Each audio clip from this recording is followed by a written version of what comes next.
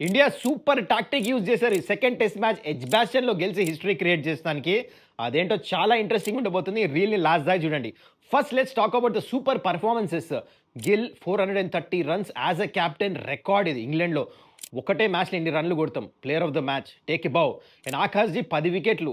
10 for 187 మొత్తం మ్యాచ్‌లో figures which itself also a record. A Indian bowler ఇంతవరకు England సైడ్‌లో ఇలాంటి ఫిగర్స్ లేవు. Take a bow once again. అయితే ఇప్పుడు టాక్టిక్ విషయానికి వచ్చేద్దాం. ఏం చేశారు ఇండియా? మీకు గుర్తుంటే ఫోర్త్ డే ప్లే కంటే ముందు అంటే third day end of play అప్పుడు హ్యారీ బ్రూక్ బయటకు వచ్చి ఓపెన్గా స్టేట్మెంట్ ఇచ్చాడు. మేము ఎలాంటి టార్గెట్ అయినా చేజ్ చేస్తామని చెప్పేసి. అంటే వాళ్ళ కార్డ్స్ ఓపెన్ చేసి చూపించేశారు. అది కరెక్ట్ కూడా.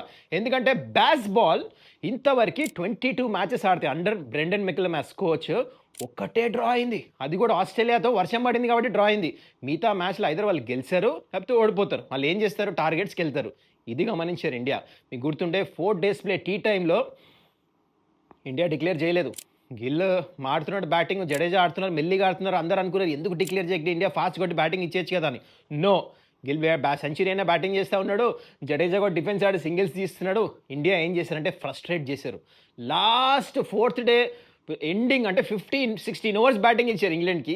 ప్లస్ టార్గెట్ 500 కావాలంటే ఇవ్వచ్చు ఇండియా ఫటాఫట్ కొట్టి. కానీ 500, 530, 550, 580, 600 ప్లస్ టార్గెట్ ఇచ్చారు. ఎలాంటి పొజిషన్కి పుష్ చేశారంటే ఇంగ్లాండ్ని ఇంకా ఈ టార్గెట్ రీచ్ అవ్వలేరు. ఇంతవరకు హిస్టరీలో హైయెస్ట్ రన్ చేసి ఎంతో తెలుసా టెస్ట్లో 418 అంతే.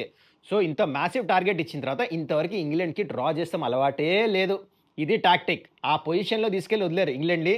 చూడండి ఎండ్ ఆఫ్ డేస్లో 3 వికెట్లు పడిపోయారు. ఎందుకంటే ఇంగ్లాండ్ వేర్ డిఫెన్సివ్, టార్గెట్కి ఎటు వెళ్ళలేరు తెలుసు. మళ్ళీ వచ్చారు నెక్స్ట్ డే, మళ్ళీ తెలుసు టార్గెట్ కొట్టలేరు, చాలా రన్స్ ఉన్నాయి, close to 600 runs. Only defence ఆడటానికి వెళ్ళారు. అలవాటు లేని పనులు చేయలేరు కదా. వికెట్స్ పడిపోయినాయి. And India created history. ఇంతవరకు వెన్యూలు ఎప్పుడు గెలవలేంది ఈ యంగ్ టీమ్ చేసి చూపించారు with super tactics. Take a bow Gill and company. Fantastic performance. మరి ఈ టెస్ట్ మ్యాచ్ గురించి మీరేమంటారు? మీకు ఎలా నచ్చింది? టర్నింగ్ పాయింట్స్ ఏముంటున్నాయి? అండ్ ఈ టాక్టిక్ గురించి మీరేమంటారు? కింద కమెంట్ చేయండి.